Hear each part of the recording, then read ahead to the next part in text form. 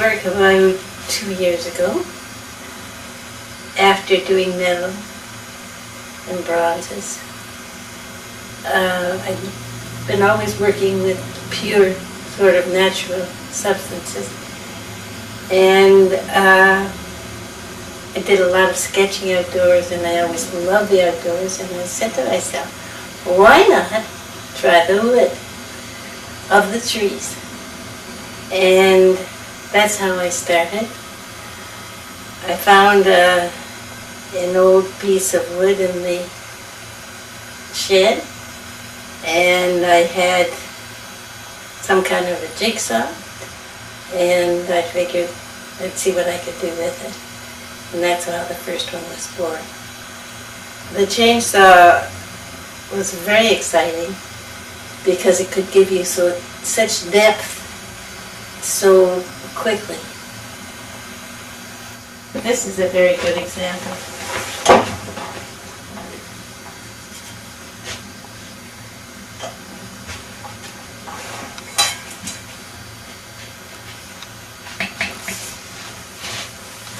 This is one of my later pieces when I realized that what I would like to do is something that's fairly simple. And so I was able to use like a chainsaw to cut way into here, because otherwise, see, these are the surfaces, and I was able to cut way into there to make this part stand out so much better. And this is less work than some of the others.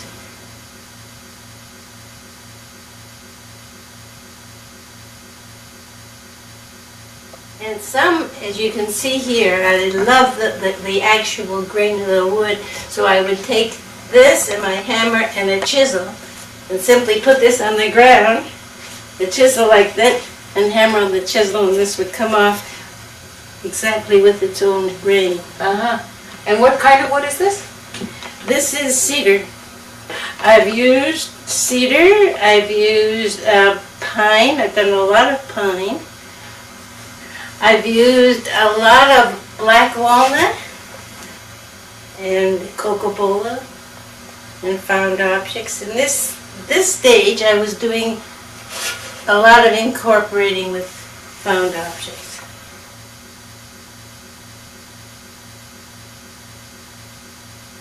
I love animals, and they certainly appear in my work. There's no question about that. But when I do an animal, if you look at the animal carefully, it really isn't a particular animal.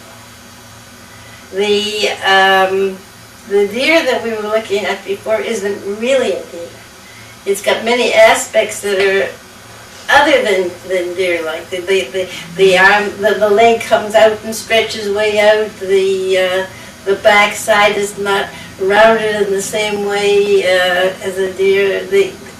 When I get to the point where it looks like a particular animal, I digress. I take it up. The connection between all my works is pretty well the fact that they're open. You'll see that this is all open inside, this is open. All the negative spaces are tremendously important to my work. It's a question of almost like you can walk into it.